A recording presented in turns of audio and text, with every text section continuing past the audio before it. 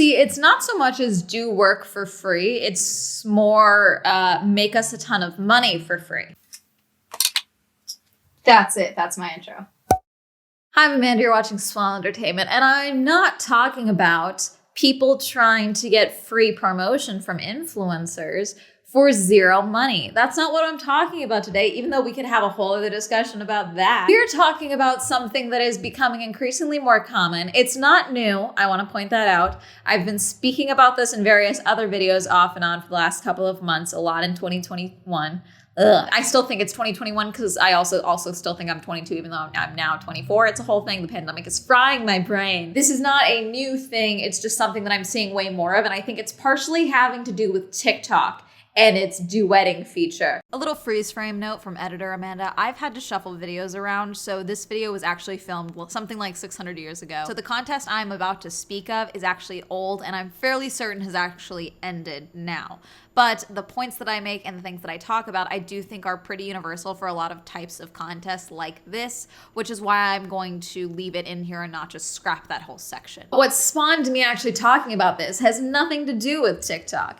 It's just a tweet and Billie Eilish. So some of you have heard of this contest that Billie Eilish is doing with Adobe. Billie and Adobe want to see your designs in the Billie x Adobe Make the Merch contest. Visit billiexadobe.com for a chance to have your unique art featured on a piece of official merch on Billie's tour. #contest. Now again, the contest is not the part that I'm concerned about. This is not new. Contests happen all the time. I am of the belief that you should always pay for your merch designs. I have 2 separate designs on my merch page on Teespring that I did not design myself. It's the glasses emoji, or the glasses set up like this mug back here. Let me grab it. It holds all my markers like I'm 4. Like this mug with all the glasses designs. I paid for this design and the right to use it. And this is actually a piece of fan merch that I reached out to the artist and was like, hey, do you mind if I use your design? I'll pay you for it. And then also the Swell SIM card, which I had originally commissioned them designing the SIM card. And then I paid them again to let me use did I pay them again or did I just get their permission? Either way, I asked for permission and or paid them to let me use the design for merch, okay? So I'm of the belief that if you are a creator and you commission someone's artwork or you use a piece of fan art as your merch, you should pay that person because you are making money off of their designs. I don't think I've made like even the equivalent from selling those mugs as I paid this artist, but still gotta pay them for their artwork. Plus I know I could never do something that fucking good. I know that. I couldn't make the SIM cards look as good as they do. Here's the SIM cards, by the way. It's on merch. If you're in the $10 patron tier, you get a SIM card after a month. I think you should pay for your merch designs. Pay artists. This year, I'm going to be doing a bunch of overhauls of my merch designs, and I would like to work with artists to help figure out new merch designs. I will be paying for those merch designs as well. The contest in and of itself is not the overall problem. The issue comes in when the payment comes in. So, see, a lot of people in the comment sections of this tweet are like, don't act like Billie is the one to blame. She's a management team. And it's like, yeah, they work for her. Like, I don't know why we infantilize celebrities. Some of them do have actual say over what their name goes on. Oh, her face and name is on it. She's in this video. But like, it's not on her. Someone replied, can Billie please write me a song? I won't be paying for it, but I will retain the rights anyway. And if her song is better than thousands of others who spent their time writing me a song, then I might use it for my own profit.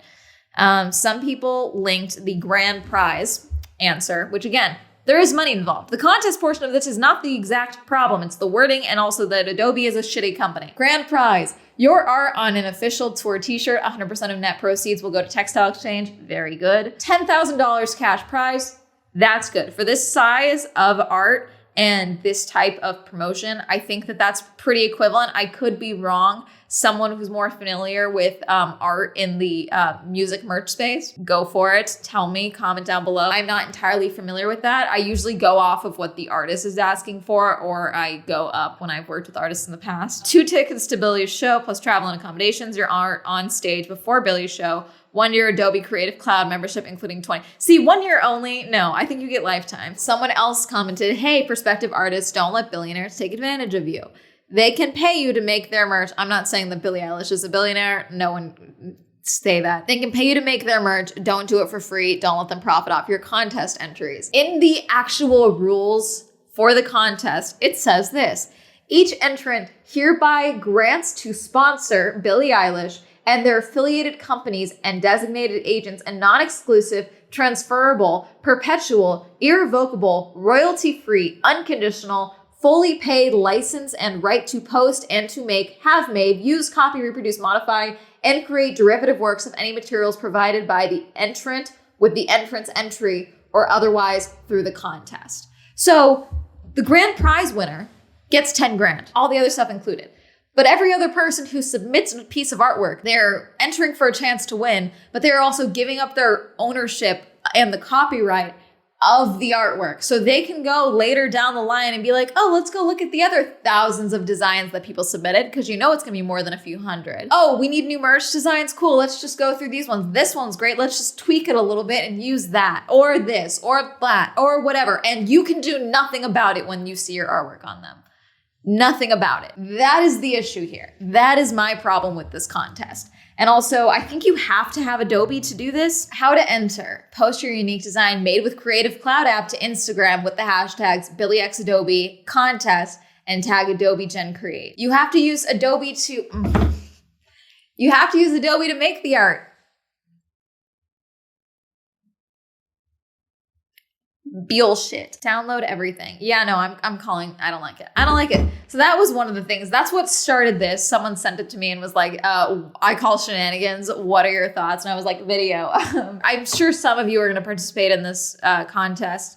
I don't recommend it. I think as an artist, you need to protect yourself and your art. I think participating in this contest does not protect your art. Maybe you don't care. Maybe you're like, the chance to be featured on merch and 10 grand is way better than me maintaining ownership of my work. That's your prerogative, but I just think that you should be aware of all of the risks when you participate in a contest like this. Other things that I have suspicions with, let's pull up Barbara's. So the original video from Barbara is no longer available, which is not surprising to me, but I originally saw one of the duets, and some of these, this is devastating, some of these people are genuinely duetting this with their companies, which is sad to me. But basically, the video says, and I'll play it here for you, Hey, duet this and pitch me your business. Let's get started. Tell me about your business. My dad and I invented a universal duet this and pitch me your business. Tell me about your business. And she is sitting there asking various questions with her little notepad. Barbara Corcoran, for those of you who don't know, I'm saying that right, correct? Barbara Corcoran. Yes, Barbara Corcoran is a shark on Shark Tank. I love Shark Tank. I watch it off and on. It's a good binging show. But this is bad. This is not good. There are certain protections when you actually go on a show like Shark Tank to pitch your products. There is no protection for you when you do that. You want to make sure that when you do something like this, like duetting this and pitching your idea to someone like Barbara Corcoran, that you are already protecting yourself. You have the patent pending, you have the trademark done, you have something in place that protects you, your idea, your invention, your product, whatever it is. You have something in place to protect yourself, because nothing is stopping, maybe not her, but someone else watching those videos from turning around and stealing your idea and repackaging it as theirs. You don't want to give people free crap of yours. It's not like, oh, this is my chance. No, I know it's hard. And there's certain things where it's like, I don't want to go through the proper channels. It's too expensive. It's X, Y, and Z. I get that. But spending some money for the long term is better than losing your idea in 15 seconds because you shared it with the wrong people and someone ripped it off. You want to protect yourself and not give in to shit like this. Now, I'm not necessarily saying that Barbara herself is going to go and post these videos or steal these ideas or whatever, but you never know who's watching, okay? So until you have things protecting your brand or your company in place, don't just go and participate in these things or pitch them. Someone made a joke video with one of those screaming toys. I'm not going to play it because I trust your eardrums would not survive it. Sorry, William, if you got that one screen through that just slipped through. I should have warned you about that. But to be fair, I didn't realize what sound it was going to make. But I like that in the background, they have the coldest water bottle sitting there because they want to make sure that they're going to pitch their fake idea, but they're going to get that brand deal money. Hey, duet this and pitch me your business. Let's get started. What? Tell me about your business. I mean, I love Shark Tank, Barbara. This just feels kind of stupid. How much money do you want? No, I mean, if somebody has more capital, they could just take my ideas. That's how the big fish get ideas from the What are smaller your sales? person. I'm not doing it. I hope somebody's not doing this. It seems like the reason the original video was taken down it was a lot of people like me having the same opinion of, hey, don't do this because someone's going to steal my idea, whether it's you or someone else. The other one that I saw that I've briefly mentioned is the Planters Peanuts jingle advertisement. I liked the jingles that came out of that because people realized, hey, screw you. I'm not going to give you a free jingle that you're not going to pay me for you to profit off of my voice. I wonder if they could do that, actually. Someone said, yes, they very easily could take one of these jingles and try and turn it into something, an advertisement or something for themselves through TikTok. Like they could say that you duetting it was like a legally binding thing. I don't know. I'm not a lawyer. But someone, I mentioned this previously, had shared that they had done jingles for other companies years in the past, and they were paying on average 10 grand for each one in perpetuity or something like that. So these free deals that people are doing for these jingles, like some people made legitimate jingles and were like genuinely making up little songs for the Planters Peanut. I feel bad about that because it's like, yes, someone's like, oh, cool, this is nice, this is a fun time. But then they see their jingle being used in an advertisement and then they get nothing from that. Don't do this. Don't give them free stuff. These companies have the money, okay? I don't care if they filed for bankruptcy tomorrow. They have the means to go and pay you for the work that you are creating them for, or creating for them, creating for them, I swear to God. But most of the Planters Peanuts people were like, okay, cool, let's do this. And they made a song. I don't want to play it because I'm fairly certain that Planters would try and copyright this because of the jingle in the background, the actual tune that they were playing. But some of them were like, go nut in my butt. Yeah, nuts in my mouth. I like nuts. Things like that. You ever walk into something and you just know, but it's already too late because you already said it. Yeah. So obviously it's like, yeah, go ahead, use my jingle. Go for it. Do it. I liked that. It's almost like, it's not forced incompetence. What's the, or weaponized incompetence? What is that called? When you're like, okay, sure, I'll give you what you want.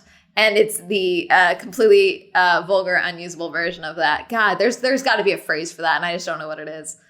My English degree is really doing numbers right now. There was another one recently too where I saw it and I was like, hey, this seems like bullshit. And it was another thing, I think, like the Planters Peanuts thing, where it was like, yeah, hey, sell us your designs. Give us your ideas for new things and X, Y, and Z. There's various types of tattoo drawers or artists that do line art tattoos. Or like, hey, can I get like a toast with a scorpion on it tattoo? And people design like tattoos for them. And then they go and get the tattoo. I mean, I get it if you are fine with it, but I mean, my view of that is like, I mean, that's still your artwork. But I mean, also, what's stopping another company or someone else from taking that design and using it for something else? No, I take that back because then that seems like I'm trying to fearmonger anyone sharing their art on the internet. But I mean, hey, with all the NFT stuff that's going around right now, oh, that's what I was going to talk about, the NFT thing. I keep talking about having to make a bigger video on NFTs, but again, a bigger video on NFTs is going to be a clusterfuck regardless of what I do because it's so all-encompassing. Someone on TikTok referred to NFTs as the MLMs for men, which makes total sense to me. Someone's going to be like, you just don't understand it. I have gone out of my way to try and understand NFTs, and to a certain degree, I understand it. I just am having difficulty seeing the trackable inherent value in the NFTs the way it's currently set up. That's my issue. I do think that it's good for artists, but I don't think it's good for artists in that a lot of artists keep having their art ripped off and used as NFTs, and they're seeing nothing of that. That is where I have issues with it. It's overinflated currently. And I think that I don't want to call out any specific, too many of these NFTs are ugly as hell. And you can't tell me that your ugly NFT profile picture is worth legitimate money and that it's not money laundering. It just makes me want to ask if you paid your rent today. Like, that's all it makes me want to know. I'm not like, oh my God, he spent 30 grand on a monkey. Wow.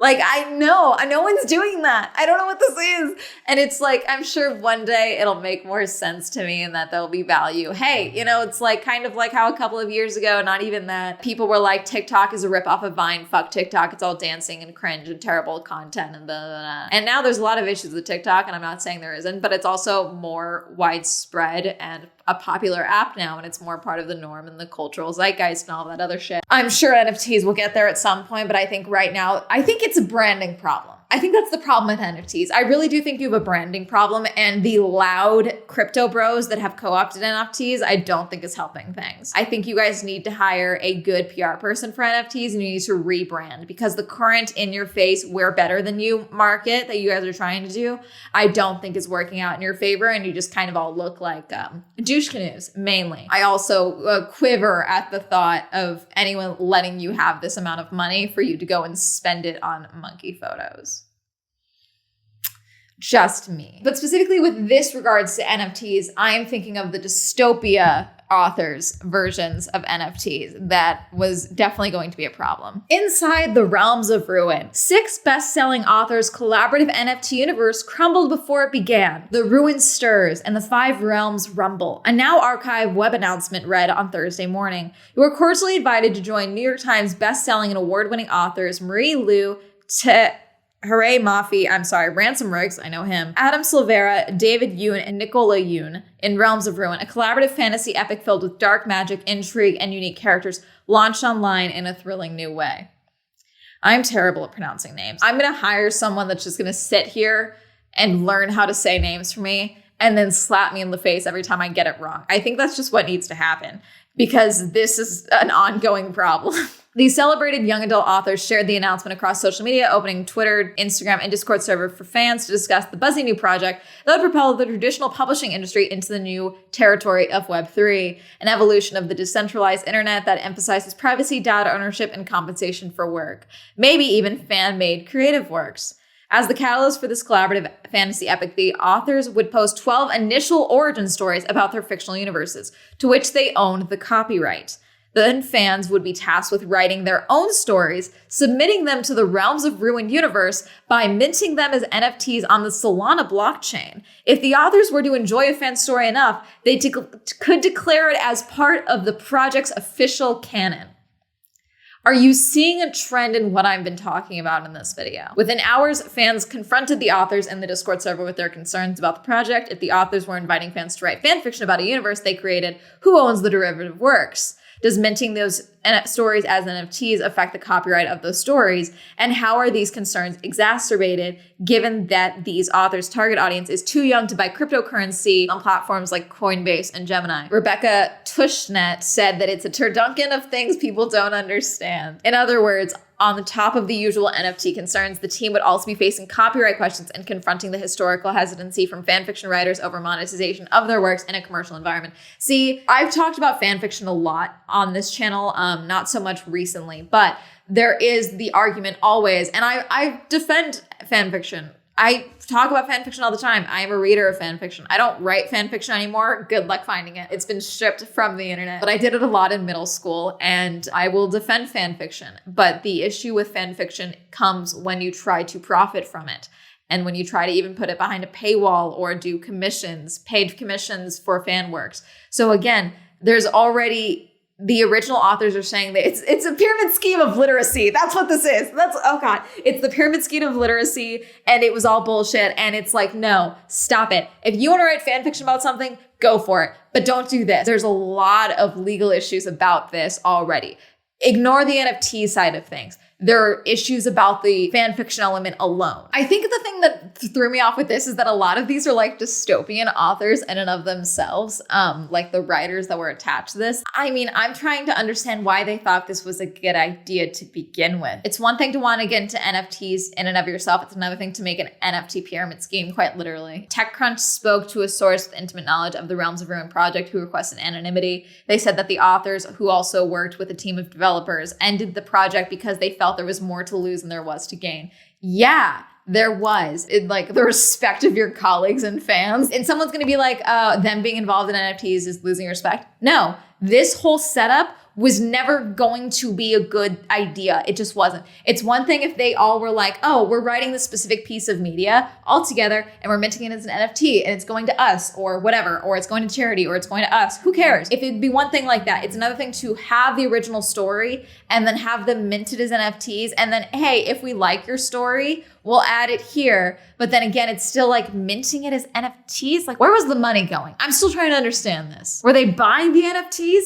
to bring it into their story if they liked it enough. This is a mess and a half. Anyway, yeah, something I didn't bring up in this video, but there's a lot of people who have a lot of questions about the environmental impacts related to minting NFTs. There's environmental impacts I always kind of feel like I have to bring this up because at the end of the day, I'm an online creator. I'm sure my content alone, server space affects the environment. I think anything that involves the internet and power and progress or whatever involves server space, and that causes damage to the environment. I don't know how to fix that problem other than personally not getting into NFTs. And that's all I can really do as one individual at this point in time. Their targeted demographic that they were talking about, having questions about that, I think was the logical response that they should have expected, considering a lot of them write dystopian novels or have written dystopian novels. Like young adult, society has fallen to ruin because of X, Y, and Z. Like that is a large element of young adult fiction. And so the fact that they did this not thinking that people were going to be like, hey, are you turning into nonfiction? What are you doing? That's what this feels like. I will link this full TechCrunch article down below if you would like to read it. I think it was a very good read and a good all-encompassing story. I was originally going to make a video when this came out, but the project literally fell apart before I could finish writing up the spec for the video, basically. The thing about fandom and that's where I think this kind of has like the crux of the issue for me and where I get concerned is because I know how powerful fandom can be. And I know that the elements of community that you feel within fandom can be very strong and powerful. And the issues come in then when you are asked of something from a figure in your fandom, whether it's an author or a shark on Shark Tank or a musician that you like, or hey, icon figure like Mr. Peanut, that sometimes you may want to participate because you want the chance to be noticed. That can seem like good ideas in the moment, but I'm just asking that you do a little bit more research and protect yourself in the long run. Whether it's your writing, your business ideas, your artwork, any of that, you need to protect yourself. So much of the internet is still the wild, wild west. And we're, especially with the NFT stuff, especially with the new systems and all of that going on, I just think that your goal sometimes needs to be protecting yourself and your artwork and your talents. And I think that's where I'm going to end this, because I think that's just the best way I can end on it is just protect yourself, and please do your own research before you participate in anything that you're like, this seems new, but also, I don't know, not too good to be true. That's not the right words, because I read about this Realms of Ruin thing and I was like, this sounds bullshit. I immediately was like, no, we're not doing this. But I also know that, again, young adult, I'm technically out of that demographic for reading, even though I do still read young adult fiction. Protect yourself, protect your art, protect your writing, protect your words, protect your voice, all of that. Protect yourself. And that's all I can do. Do your own research, look deeper, ask questions. If something sounds bullshit, dig, do it. Get your shovel. This is where I need a fake Minecraft axe thing. Get your Minecraft axe and hack at the NFT bullshit. Just do it, okay? And that's gonna be it. Are you interested in NFTs? Did you hear about Realms of Ruin? Did you hear about the Billie Eilish thing? Did you hear about Barbara Corcoran? Did you hear about any of this other stuff? Were you thinking of participating in it? Let me know. Comment down below. Reminder of a podcast, the Swell Shenanigans Podcast. New episodes every Wednesday. Reminder, I have merch like that mug back there. Like I mentioned, I'm gonna be doing new merch this year. If you would like to reach out to me, if you have any ideas or whatever, we can talk things out. Let me know. Send me an email. Send me a DM. Shout out to my patrons. Thank you so much for supporting me on Patreon. If you'd also support me on Patreon, that'll be listed down below. If you'd like to follow me on my social media, that'll be up here. And that's going to be it. Have a lovely day. Protect yourself. Goodbye.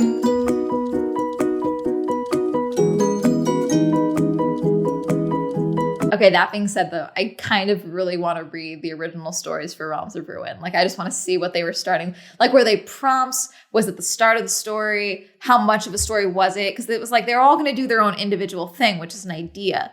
But now I'm intrigued. Can't you just publish it as an anthology? Why can't you just make an anthology? Thank you, Audrey, Allen, Cameron, Christopher, Chris, Cody, Colton, Crash, PC, Devin, Dirty One, Don, Elliot, Evan, Feckles, Hopeless, Hollow, Jacka, Ray, Joe, John, M, Jordan, Joseph, Kenny, Kevin, Kim, Kristen, Lamb, Lex, Lisa, Louise, Matt, O, Matthew S, Meme Lord the Red, Michael, Micah J, Nathaniel, Pat, Penn, Richard, Rob, Robert, Ross, Sam, Serena, Skylar, Simon, Tasha, Timothy, Tom, Wendy, Williams, and Drews Wink.